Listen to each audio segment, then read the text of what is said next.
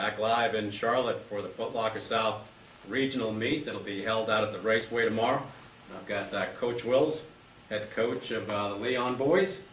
Coach, before we talk about Footlocker and before we talk about the state meet, let's talk about the big game tomorrow that's happening up in Tallahassee between the Gators and the Seminoles. Who's going to win? Yeah, well, that's going to be a big game, and unfortunately, I think the Gators are going to win it. I see the chop happening. Do you think Florida State has a chance at all? I think they have a chance. I think if the defense plays well and they can kind of shut down Florida's high-powered offense, which is going to be very hard to do, they'll have a shot. It is at home, so we got to give them a little bit of home field advantage. That ought to be worth a couple of points. It is at home, and that helps. You think Florida's going to go all the way to the national championship? Well, if they win this game, obviously, and they have to beat Alabama, but yeah, I think they'll be in it. Okay. Let's talk about the state meet. Last week, your Leon boys defended their state championship, ran an absolutely outstanding race. It's no secret you've got the top 1 and 2 boys in the state. Matt Mizrek, defending state champion, defends his state championship, but he is pushed to the limit last week. Any impressions on this the state meet? Obviously, for Matt and Will, it was a good day. I think Will surprised Matt a little bit. He went after him, and Matt actually had to dig deep to get that one. You know, I think it was harder than he expected. The team, they did well. They did exactly what they needed to do.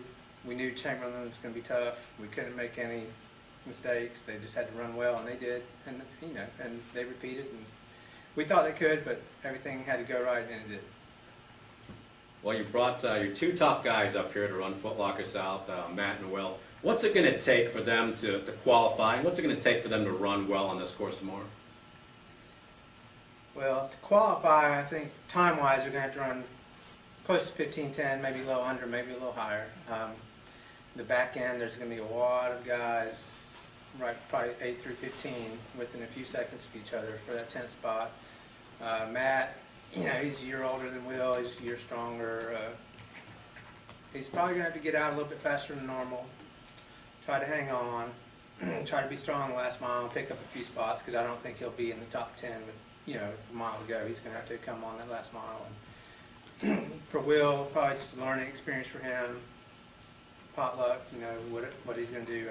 We just want him to get the experience and see what he does. But, you know, he's not going to be able to get out fast like the rest of the guys. He's just going to have to use his strength and try to weave his way through the field. He's a little guy, so maybe that'll work for him. But, you know, it's just more of a learning experience for him. What do you think the first mile is going to go through? I would guess probably 4:38, 4:42, just my guess. And, you know, I don't see my guys going under 4:50 really. Right, So. Right. Who else from the Florida boys do you think may have a legitimate shot, or just run a heck of a race and qualify, you know, let's say top 20? I definitely think Michael Wallace probably has the best chance out of all the Florida boys. He's got a lot of track speed. He's run well. The fast first mile won't hurt him a whole lot as much as it will Matt or Will. They'll be redline running pretty fast first mile. And Montoya, he's very strong. He's run very well at the end of the season. I think he's got a legitimate shot. I wouldn't be surprised at all to see him in the top 10. Armando De Valle, I think, you know, he ran 15:24 at the state meet, I believe. He's a 10th grader also. I think, you know, he'll be up there also. Yeah. This is definitely a course where a little bit of tutelage can help. You know, talking about what you do back in the woods, how you approach that first mile, what it takes to get up and over that hill, and then basically just hang on for the rest of the race. I think you're right on. I think it's going to be about 4:37, 4:38 for the mile. It's always, you know, right around 15:08, 15:10 to qualify. So hopefully we can have a bunch of Florida guys. You know, if you look in the registrations right now, you're not going to see a couple of folks. I don't think you'll see Eric Montoya showing up, but he's been here. He's been here the last couple of days, been running out on the course. And there is a tactical advantage, let's face it, to not registering and not putting that bullseye on your back and then just showing up the day of the race. You know, we've got guys from across the South that are going to bring it tomorrow. It's going to be really interesting, I tell you, to see what Mark Blackman from South Carolina is going to do. Only a freshman. I can remember a couple years ago, Colby Lowe skipped the freshman race and ran the seeded race for the experience and ran very well. Last year, I believe Craig Lutz did the same thing, skipped the freshman race. So there's always a freshman or two that have stepped it up and they're ready to compete with the juniors and the seniors and compete really well here. So it'll be interesting to see. Good luck tomorrow in the game up in Tallahassee.